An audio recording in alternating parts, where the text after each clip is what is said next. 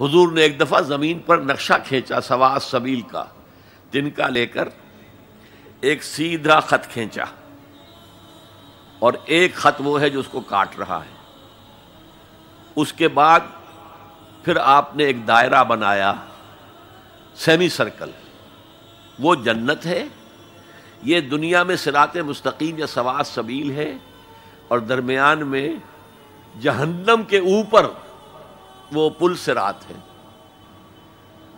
قرآن کے راستے پر چلو گے اس لیے کہ وہ پل صراط جہنم کے اوپر ہے۔ وَإِن مِّنكُمْ إِلَّا وَارِدُهَا كَانَ عَلَىٰ رَبِّكَ حَتْمًا مَّقْضِيًّا، وہ اس پل صراط سے ہو کر جنت میں پہنچ جائے گا۔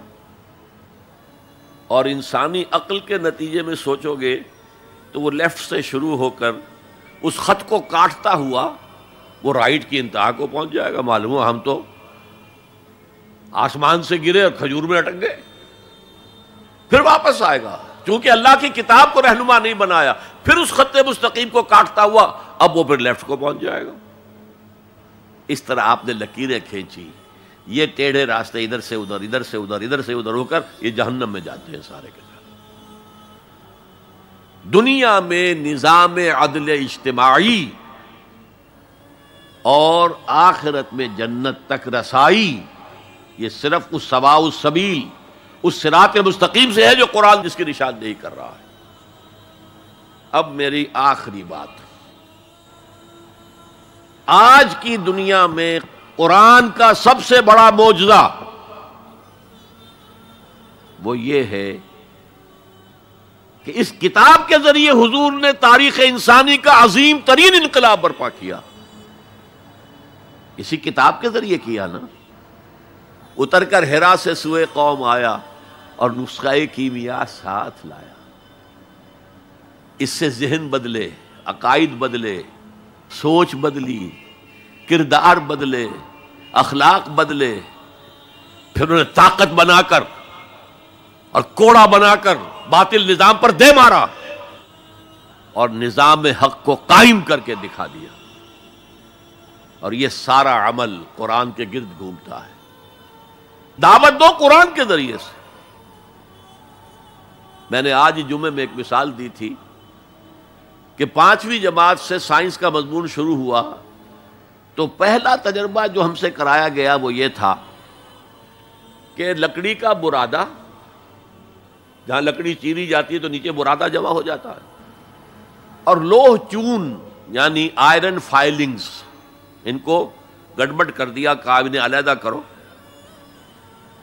کیا ایک ایک چنیں گے؟ اور پھر راستہ بتایا کیسے کرو۔ میگنیٹ ہاتھ میں لے لو، اسے پھراؤ، لوہا اس کے ساتھ چمٹ جائے گا، برادہ رہ جائے گا۔ اس معنی میں قرآن وہ میگنیٹ ہے جو سلیم الفطرت انسانوں کو کھینچ لیتا ہے۔ کوئی معاشرہ سلیم الفطرت انسانوں سے خالی نہیں ہوتا۔ حضور پر ایمان لانے سے پہلے بھی ابو بکر نہ کبھی شرک کیا، نہ کبھی زنا کیا۔ حضور کی بعثت سے پہلے حضرت عمر کے بہنوئی کے والد سعید ابن زید کے والد زید ابن عمرو ابن نفیل، انہوں نے بھی کبھی شرک نہیں کیا، کبھی کوئی غلط حرکت نہیں کی، اور کعبے کے پردے کو پکڑ پکڑ کر کہتے تھے اے اللہ میں صرف تیری بندگی کرنا چاہتا ہوں، میں کیسے کروں مجھے معلوم نہیں ہے۔ حضور کی بعثت سے پہلے ان کا انتقال ہو گیا، لیکن باپ کی کیفیت یہ تھی جس سے کہ سعید ابن زید ایمان لائے ہیں اور وہ عشرہ مبشرہ میں شامل ہوئے ہیں، اور ان کے اور ان کی زوجہ فاطمہ بنت خطاب کے ذریعے سے عمر کو ایمان ملا ہے۔ تو یہ سلیم الفطرت لوگوں کو کھینچنے کا ذریعہ ہے۔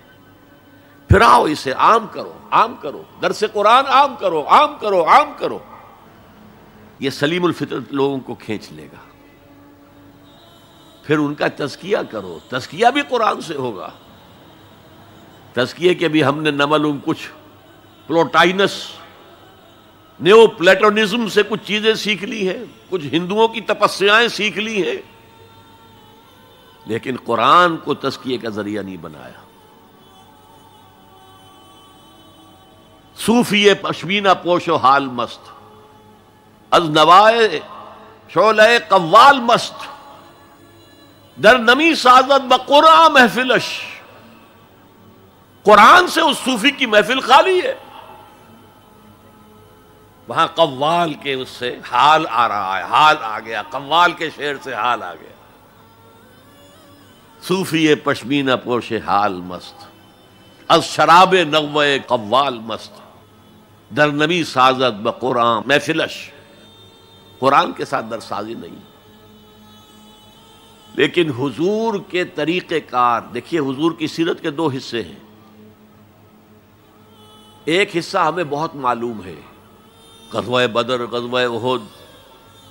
اولین کتابیں بھی جو لکھی گئی سیرت میں وہ مغازی تھیں، چونکہ یہ لوگوں کے نزدیک اہم چیزیں تھیں، اہم واقعات تھے، مغازی، غزوات. لیکن یہ بدر کے جو 313 آدمی تھے، یہ فراہم کیسے ہوئے تھے؟ کس مارکیٹ سے لائے گئے تھے؟ کس میتھڈالوجی سے انہیں تیار کیا گیا، پختہ کیا گیا، ٹرین کیا گیا؟